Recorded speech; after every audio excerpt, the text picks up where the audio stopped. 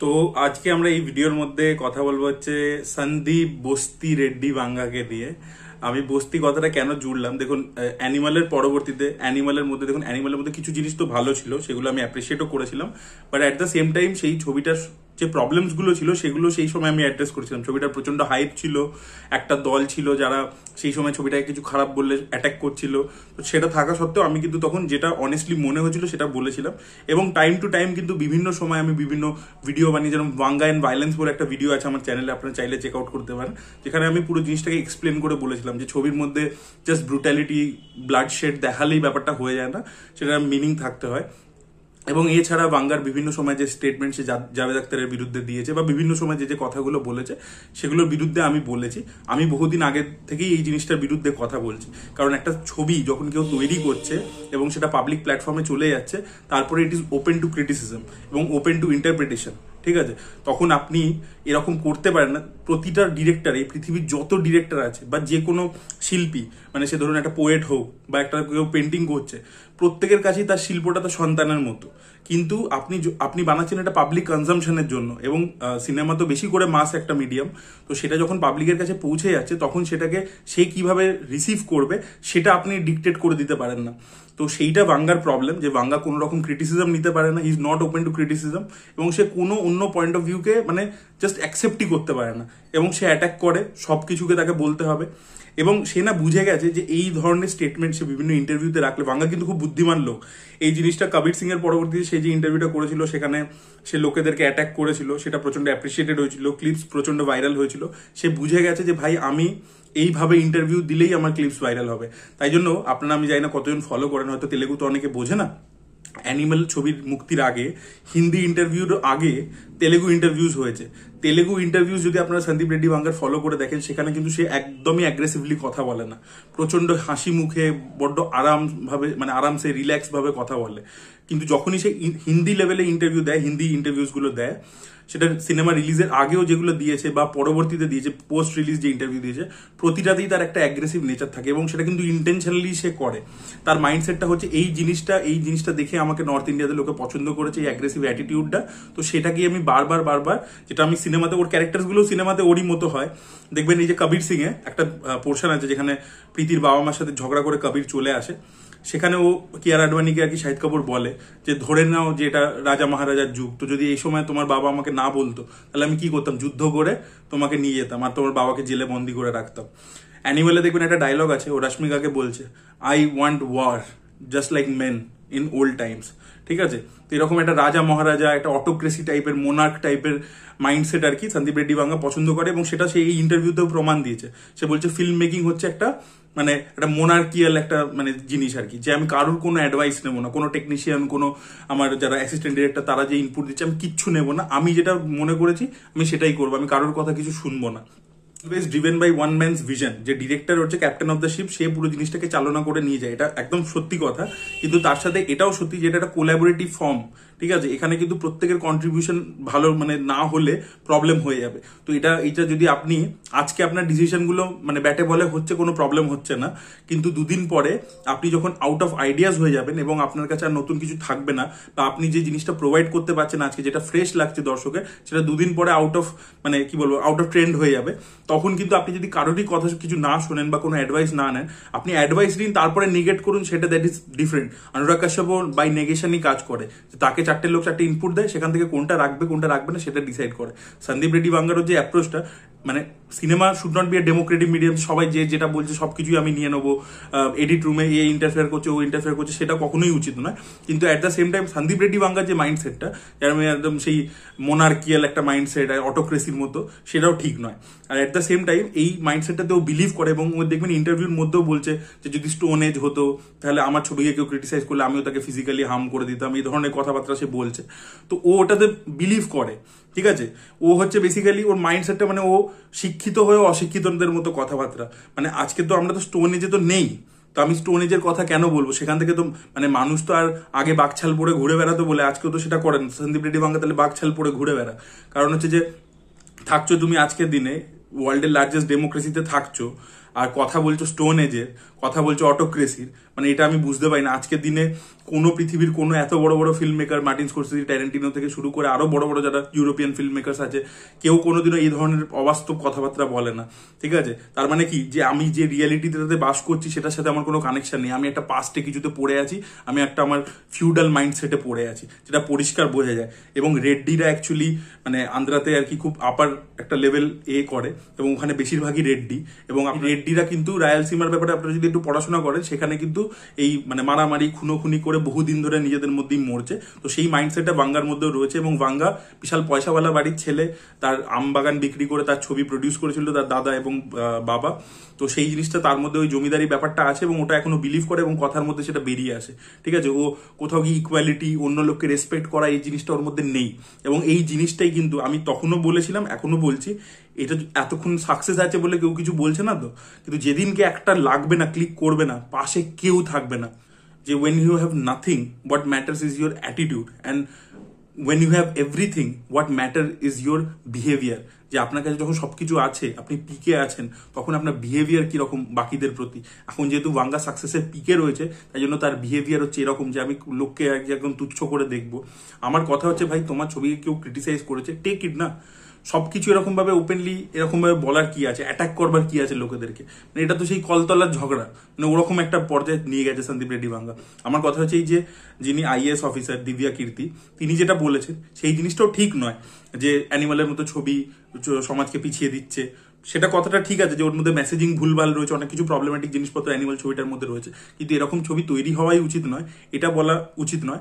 এবং সেকেন্ড কথা হচ্ছে যে ছবির মধ্যে সবসময় যে সোশ্যাল মেসেজ থাকতেই হবে। এবার উনি ওনার মাইন্ডসেট, উনি যেটা বিলিভ করেন, উনি যে ধরনের ব্যাকগ্রাউন্ড থেকে বিলং করেন, সেটার ভিত্তিতে বলেছেন। ঠিক আছে, এবার ভাঙ্গা যে ওটাকে ক্রিটিসাইজ করতে গিয়ে, আপনি ওই ব্যক্তিকে ক্রিটিসাইজ করুন, তার স্টেটমেন্টটাকে ক্রিটিসাইজ করুন, কোনো প্রবলেম নেই, কিন্তু ওটাকে ক্রিটিসাইজ করতে গিয়ে ভাঙ্গা কি করেছে, আইএএস পড়াশোনা খুব ইজি, আপনি বই পড়লে, টিউশন নিলে আরামসে ক্র্যাক করে ফেলতে পারবেন, ফিল্ম মেকার আপনি হতে পারবেন না। দেখুন, ফিল্ম মেকার সত্যি ওই ফিল্ম মেকিংকে নিয়ে যে কথাটা ও বলেছে সেটা ফ্যাক্ট, যে আপনি ইনস্টিটিউটে পড়লেই যে একটা ভালো ফিল্ম মেকার হয়ে যাবেন, এটা কোনো মানে নেই। স্টোরি টেলিংটা একটা ইনবর্ন কোয়ালিটি, সবার মধ্যে থাকে না, সবাই সেটা পারে না।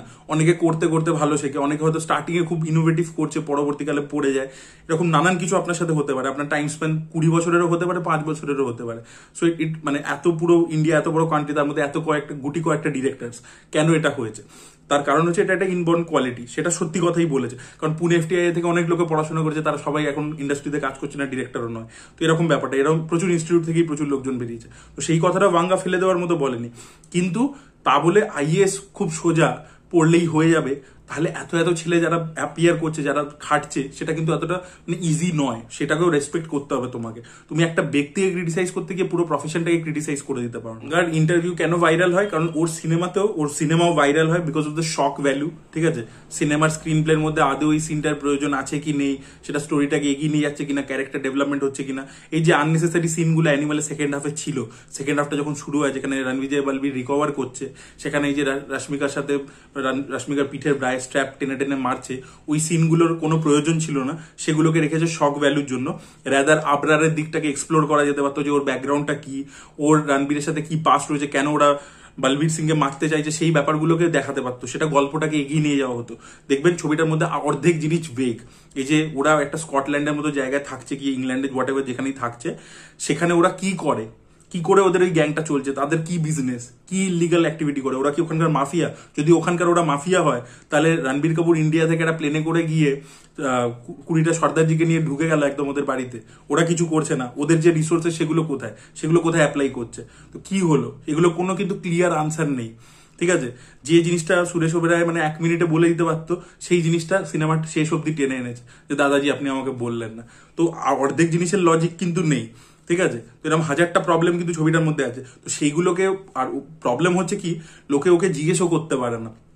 যারা ওকে হিন্দিতে ইন্টারভিউ করে, তারা ওকে এই জিনিসগুলো, যে লজিক্যাল যে প্রবলেমগুলো আছে স্ক্রিন প্লের মধ্যে, সেগুলো কিছু জিজ্ঞেসও করতে পারে না।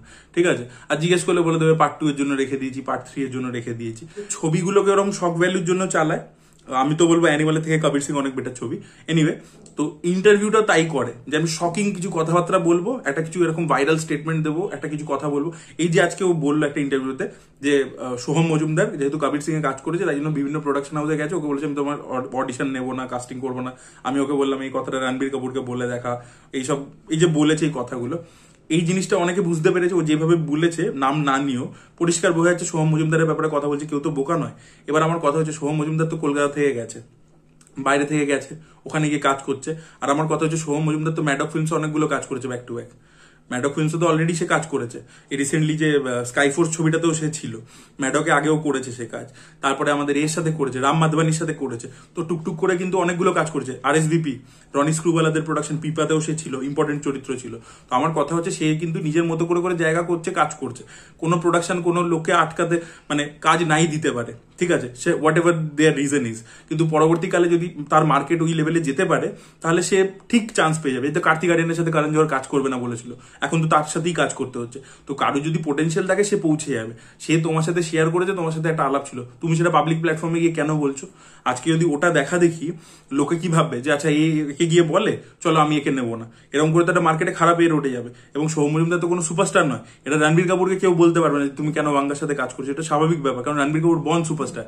কিন্তু সোহম মজুমদারকে তো নিজের জায়গাটা ব্রিক বাই ব্রিক তৈরি করতে হচ্ছে। তাহলে তুমি একটা ইন্টারভিউতে গিয়ে কেন তার নাম নিয়ে বলছো? তোমার যদি স্টেটমেন্ট দেওয়া থাকতো তুমি এমনি বলে দিতে পারতে। তুমি ভালো করে বুঝিয়ে দিচ্ছ যে বেঙ্গল থেকে অ্যাক্টার এসছে, এখানকার নয়, অন্য পার্ট অফ দ্য কান্ট্রি থেকে এসছে, এ তো পরিষ্কার বোঝা যাচ্ছে কার কথা বলছে।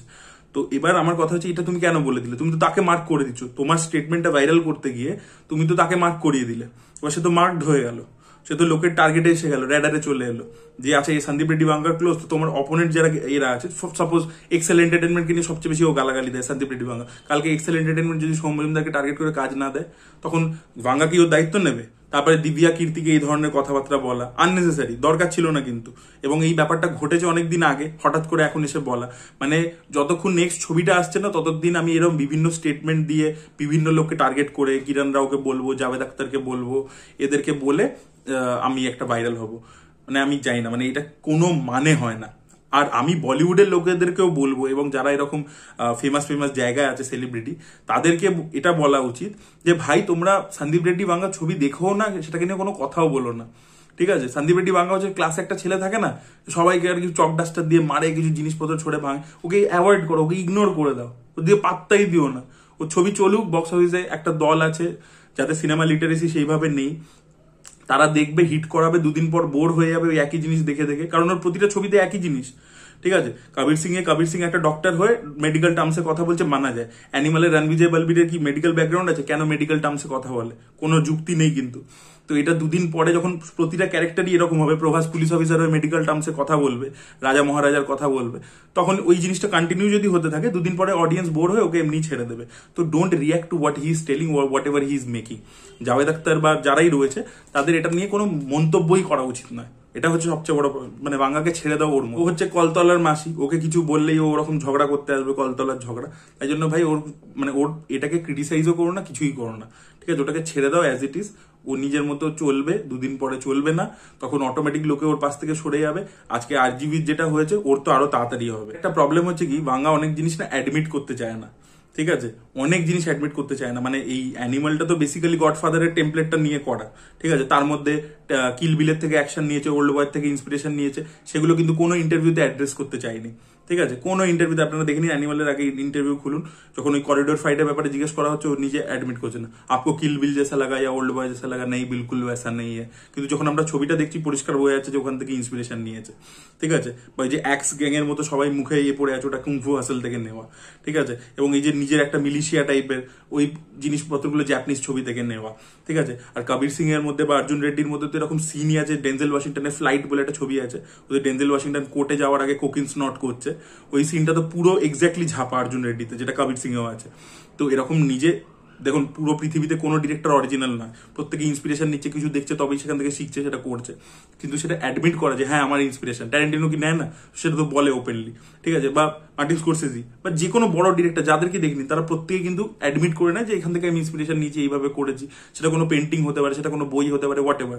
বাংলা অ্যাডমিট করে না। আমি সব ইন্টারভিউ দেখে বলছি এই কথাটা, আপনারা গিয়ে চেক আউট করে নিন, কবির সিং এর সময় দেখে নিন। ভারতরাজ রঙ্গন তো ফ্লাইটের ওই সিনটা ধরে জিজ্ঞেস করেছিল পরে, ফিল্ম কোম্পানির একটা ইন্টারভিউ আছে, তখন বলছে হ্যাঁ হ্যাঁ ওটা সিমিলার হয়ে গেছে, কিন্তু আমি ওটা কাটতে চাইনি, এত পাওয়ারফুল সিন হ্যান ত্যান। তো তুমি ওটা পুরো এক্স্যাক্টলি সেম কি করে হতে পারে যে কোর্টে যাওয়ার আগে, ট্রায়ালে যাওয়ার আগেই কোকেন স্নট করছে, কোকেন স্নট না করলেও পড়েছিল বাথরুমে, পুরো সিনটা এক্স্যাক্ট সেম, ঠিক আছে? এবং অ্যানিমালে তো হাজারটা ইন্সপিরেশন আছে, মানে সেটা তো দেখাই যায়, কিন্তু যদি তুমি নিচ্ছ তাহলে বলে দাও। এবার এই জিনিসটা ইন্ডিয়াতে অনেক লোকের এক্সপোজার নেই, তারা দেখছে ওরকম অ্যালফা মেল ক্যারেক্টার দেখাচ্ছে, ঠিক আছে, লোকের মনে সুপ্ত বাসনা আছে, তো সেগুলো হচ্ছে অন স্ক্রিনে। রণবীর কাপুর বলছে বুট চাট, এসব দেখতে ভালো লাগছে, তাই জন্য হিট করছে, ঠিক আছে। কিন্তু ফিল্ম লিটারেসি যাদের আছে তারা জানবে যে গডফাদারের 10%ও হয়নি অ্যানিমাল, ঠিক আছে। মাইকেল কোরলিওনের মানে ধারে কাছেই নয় রণবিজয় বলবীর, মানে যাই না ক্যারেক্টার। এবং ওখানে ওর বাবার সাথে যে সম্পর্ক দেখিয়েছিল পিটো কোরলিওনি আর মাইকেল কোরলিওনি, সে তার তো মানে সেই নুয়ান্সের তো ধারে পাশে যাই না এই ছবিটা। যাই হোক, আমি সেটার মধ্যে কম্পারিজনে যাচ্ছি না, কিন্তু সোর্স মেটেরিয়ালটা ওখান থেকেই নেওয়া। তো এটাই বলা ছিল, দ্যাট ওয়াজ ইট গাইস।